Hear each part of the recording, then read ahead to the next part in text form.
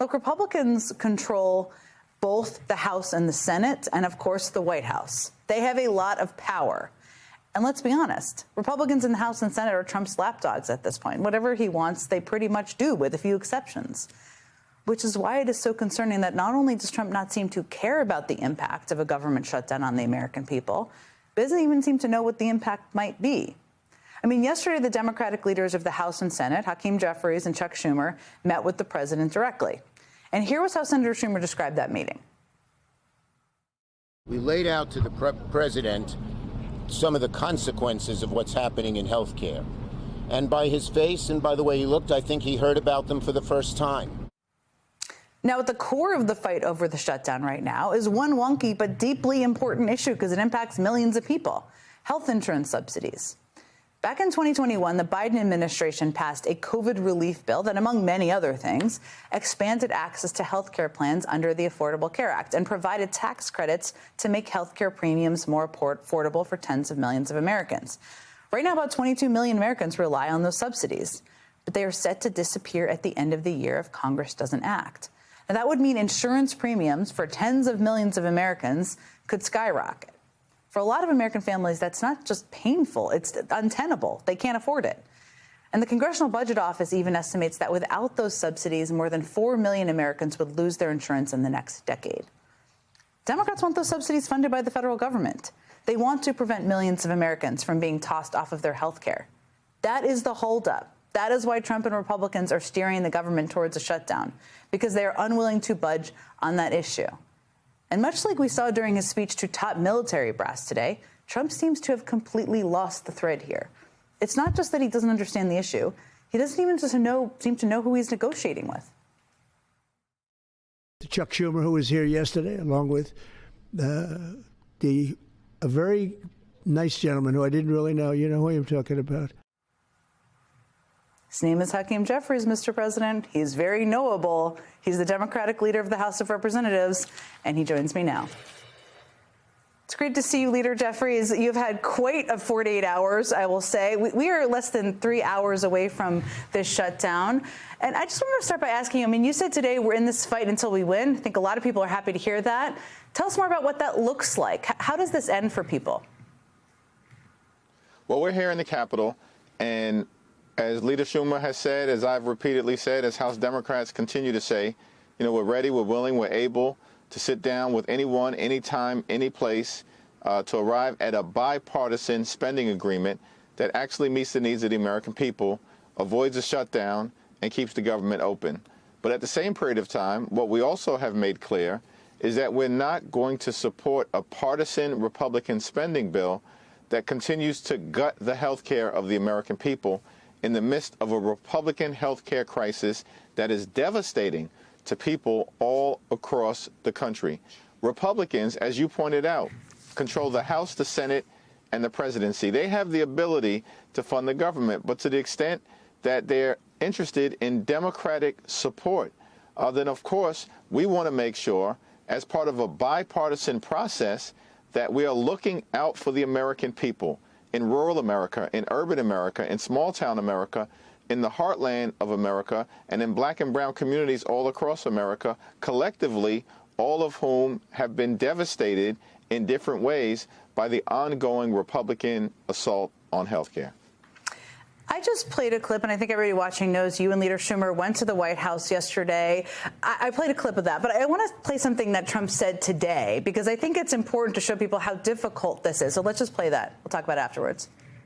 A lot of good can come down from shutdowns. We can get rid of a lot of things that we didn't want, and they'd be Democrat things.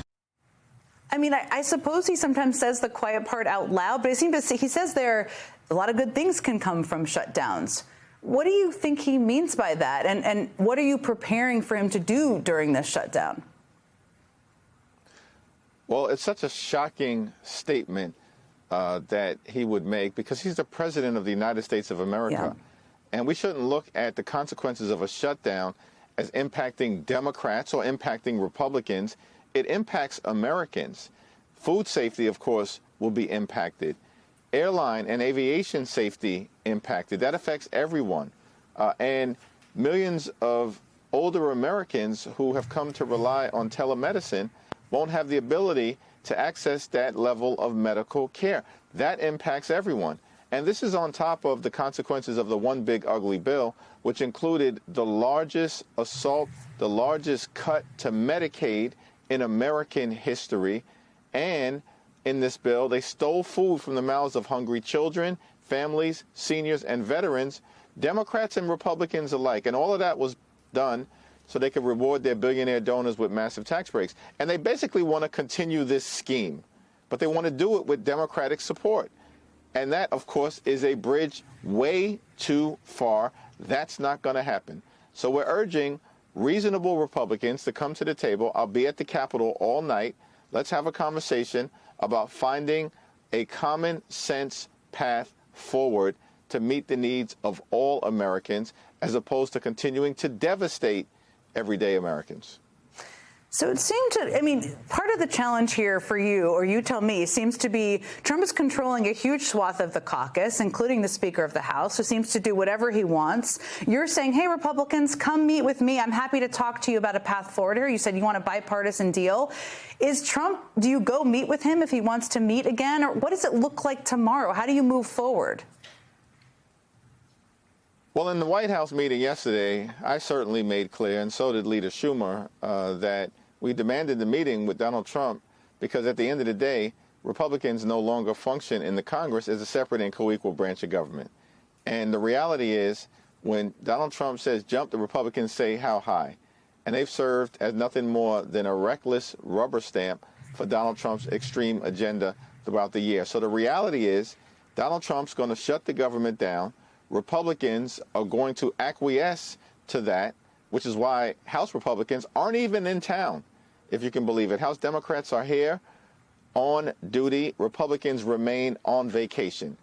And so this is going to have to come down to eventually the Trump administration recognizing that their own shutdown is going to be a consequence that will hurt them with the American people, who are smart enough to know it's being caused by Donald Trump and the Republicans.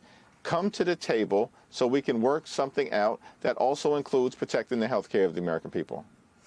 Do you think Trump even wants the government to reopen?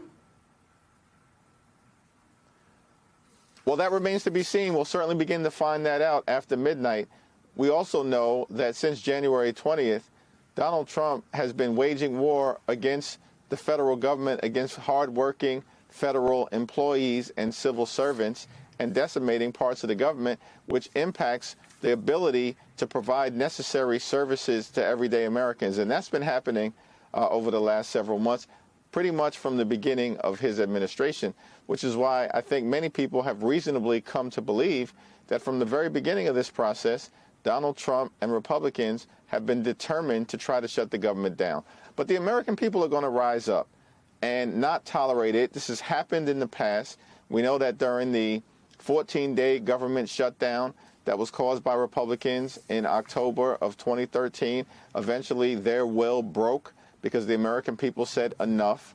And when Donald Trump was in office in 2018 into 2019, that was the longest government shutdown in American history, 35 days. And eventually, the Republicans engaged in an unconditional surrender because they could not sustain the pressure from the American people. It's my expectation that if we find ourselves in a shutdown, the same exact thing will happen again.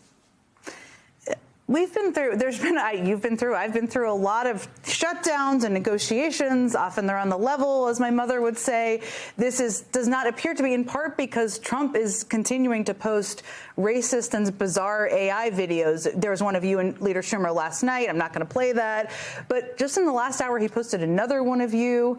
Today you said, which is a pretty strong comeback, the next time you have something to say about me, don't cop out through a racist and fake AI video. When I'm back in the Oval Office, say it to my face. It's the pushing back that I think is very powerful in this moment. I got to ask, I mean, when you're back in the Oval Office, you may be. What are you going to say to his face about all this? Well, I'm certainly going to make it clear that we need from the President of the United States an individual who actually is focused on doing his job, as opposed to engaging in racist or bigoted stereotypes designed to try to distract or throw us off as Democrats from what we need to do on behalf of the American people. And it ain't going to happen. And we're not going to be intimidated by this guy or by the Republicans who currently are divorced from the reality of the situation that as Democrats, we don't work for Donald Trump. We don't work for Vice President Vance. We don't work for their billionaire donors. We work for the American people. That's why we've drawn this line in the sand. And our view will continue to be cancel the cuts, lower the costs, save health care. Democratic leader Hakeem Jeffries, I'll just repeat before I let you go. This is about Republicans being unwilling to fund subsidies that help millions of people stay on health care. That is what the holdup is. I appreciate you joining me tonight. Thank you so much.